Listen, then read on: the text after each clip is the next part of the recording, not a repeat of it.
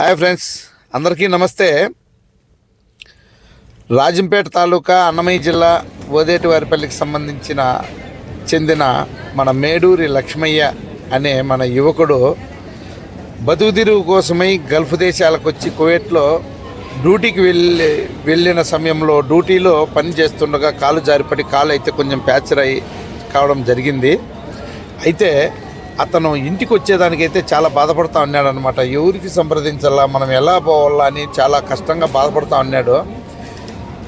మళ్ళీ ఆయనకు ఆలోచన వచ్చింది, ఒరే కువైట్లో మన బల్జీ సేవ సంఘం అని మన బల్జీలు ఉన్నారు కదా, మనం ఆ సంఘాన్ని ఆశ్రయిస్తామని నాకైతే ఫోన్ చేయడం జరిగింది.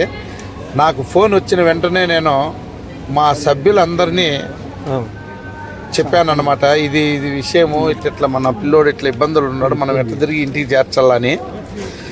సరే, ఇబ్బంది ఏం లేదమరా, మన దగ్గరికి వచ్చాడు కాబట్టి మన పిల్లోడు మనం కంపల్సరీగా మనం ఆదుకోవాలా, మనం అన్నీ మంచి చెడ్డ ముందుండి చూసి అతన్ని ఇంటికి పంపించాలని నువ్వు చెయ్యని నాకైతే చెప్పారు. నేను ముందరుండి ప్రతి ఒక్కటి అతని మంచి చెడ్డలన్నీ చూసి టికెట్ అంతా మా సంఘం సహకారంతో టికెట్ తీసి ఇంటికి పంపించడం అయితే జరుగుతుందన్నమాట.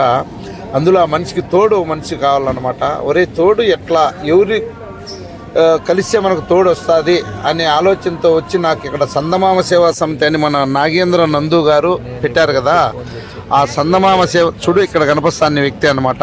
మంచి యువకుడు, మంచి మనసున్న రాజు అనమాట. ఏదన్నా ఇటువంటి విషయాలకైతే ముందుకు వస్తాడు. పాపం అన్నా నేను కూడా ఉండా, నా వంతు నేను ఏమన్నా చేస్తానైతే ముందుకు వస్తాడు. అదేవిధంగా ఇక్కడ కడప ముస్తఫా అనే అబ్బాయి ఇంటికి వస్తా అంటే అతన్ని తోడు చేసి మన లక్ష్మయ్యని అయితే మనము క్షేమంగా ఇంటికి చేర్చడం అయితే జరిగింది.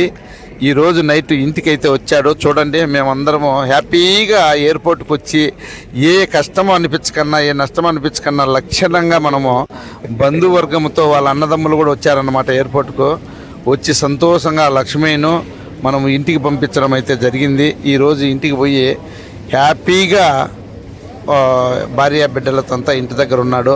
అయితే ఇక్కడున్న బల్జీ సేవా సంఘానికి నేనైతే శిరస్సు ఉంచి ధన్యవాదాలు తెలుపుకుంటున్నాను.